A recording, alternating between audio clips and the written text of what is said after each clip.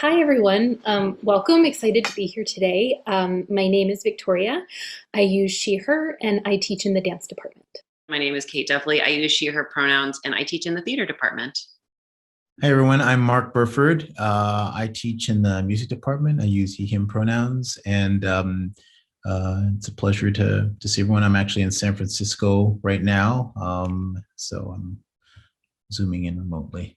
For the theater department, we sort of see theory and practice going hand in hand.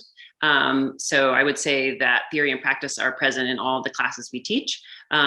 We have courses that are kind of look more practicey, acting, directing, playwriting, design, and ones that are more scholarly focused. So theater history, performance studies. We are involved in the comparative race and ethnic studies program here at Reed.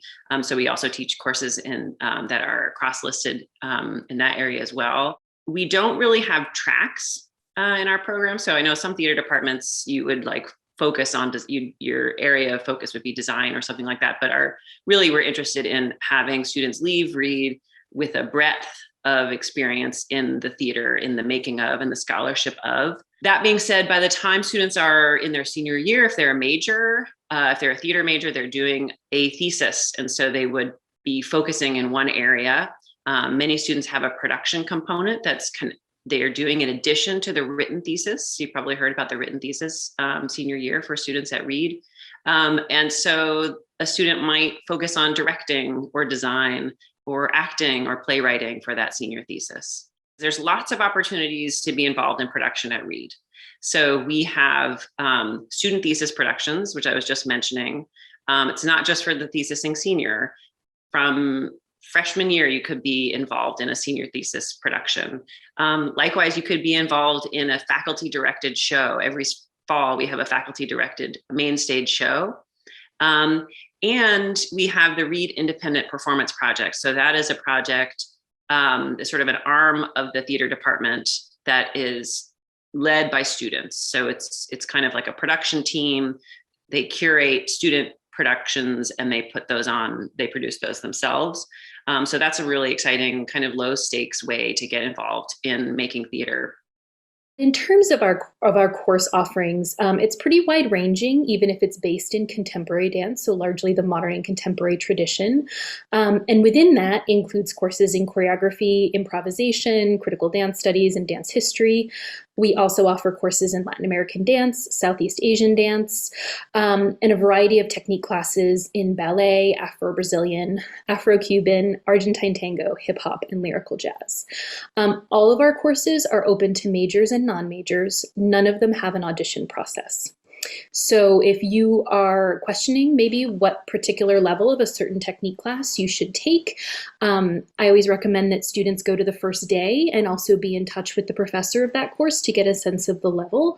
But there is no formal audition process for those courses. The major does have two tracks. One is an emphasis in dance studies, which is history, theory, critical and cultural studies of dance. And the other track is dance studio. So this is more focused on technique, choreography, improvisation, and performance.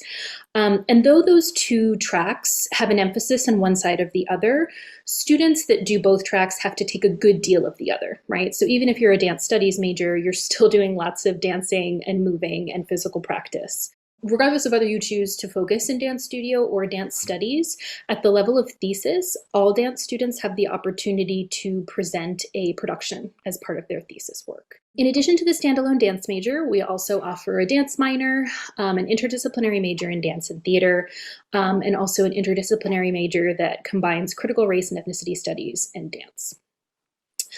Performance opportunities, there are lots of them. So there's opportunities to dance in senior thesis productions, in biannual dance concerts. So we have concerts every winter and every spring, and those concerts feature work that comes out of dance courses, but students also have the opportunity to audition your own original work that you might like to show as part of those concerts. There's also the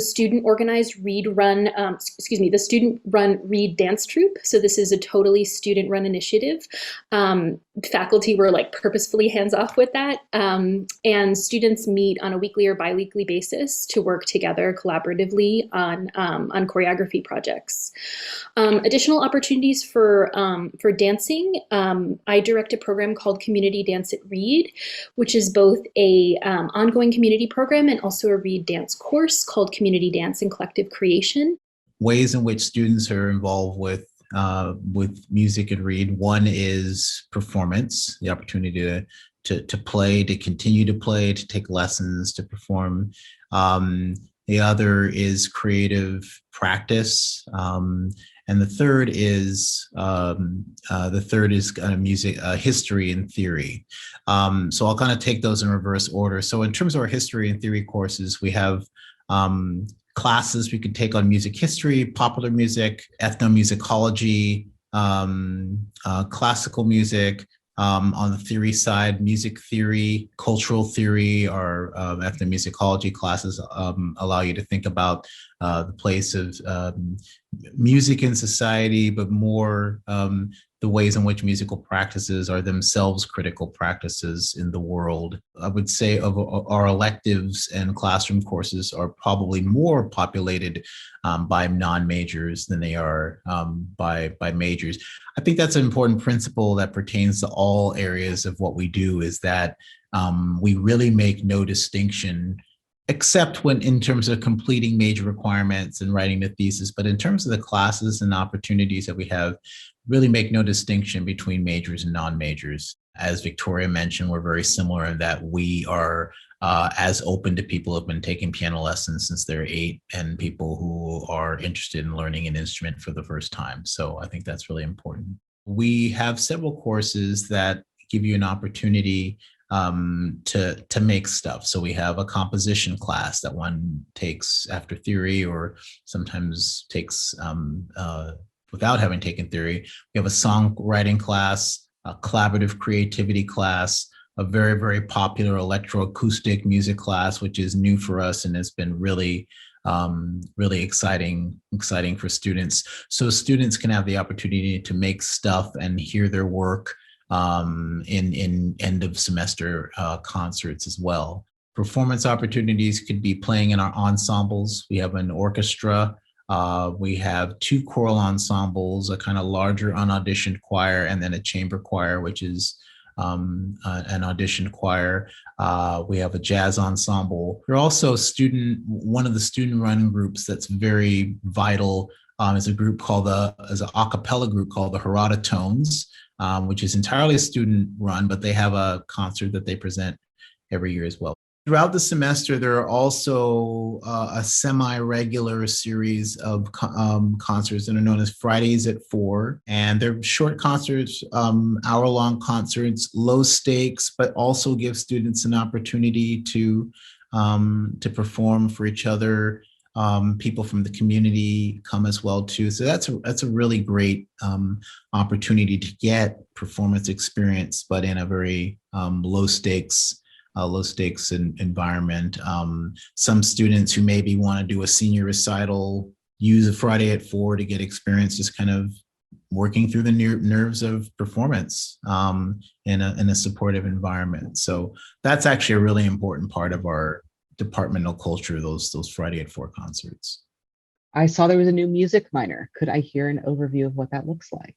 So essentially, it's very simple. We don't intend it to be a mini music major. It's really an opportunity if you've taken a critical mass of music courses, and a critical mass, in this case, the minor is 5 courses, and they can really be any combination. So you could have a music minor where you're taking the only requirement is that one of them be a 300 level course, so an upper level course. But you could take a class where you are going to take all ethnomusicology courses, or you can do a minor where you're doing more creative courses, or you can do a minor now that you can get credit for a music performance. You could have a minor where that is really concentrated in performance. Could you talk a little bit about how students, how you've seen some of your students, not just like, look, they get jobs either in this field or not, but also like what kind of skills they're carrying along from their work at Reed into their life after Reed. So we've had students who go on to be community organizers, go on to be psychologists, go on to be nurses, go on to be librarians. And I think one of the things that I love about theater, and I think is something that all of our students are taking away with them when they leave, is we are teaching our students to be deeply collaborative and communicative. And I guess for me right now, that's really been resonating with me quite a bit in the moment that we're in, just the how important it is for us to be able to talk to one another, to be able to communicate, to be able to collaborate in any number of environments. I think also theater is a deeply interdisciplinary field. So we're sort of touching on so many different areas and bringing together all of these areas in the sciences, in psychology, in sociology, and anthropology, and history, visual arts, and thinking about them in relation to one another every time we do a production, or when we're doing analysis of a play or a theatrical moment. What's the social context for that? That's something I'm always interested in. Those are some of the things that come to mind when I'm thinking about the utility of a theater major now.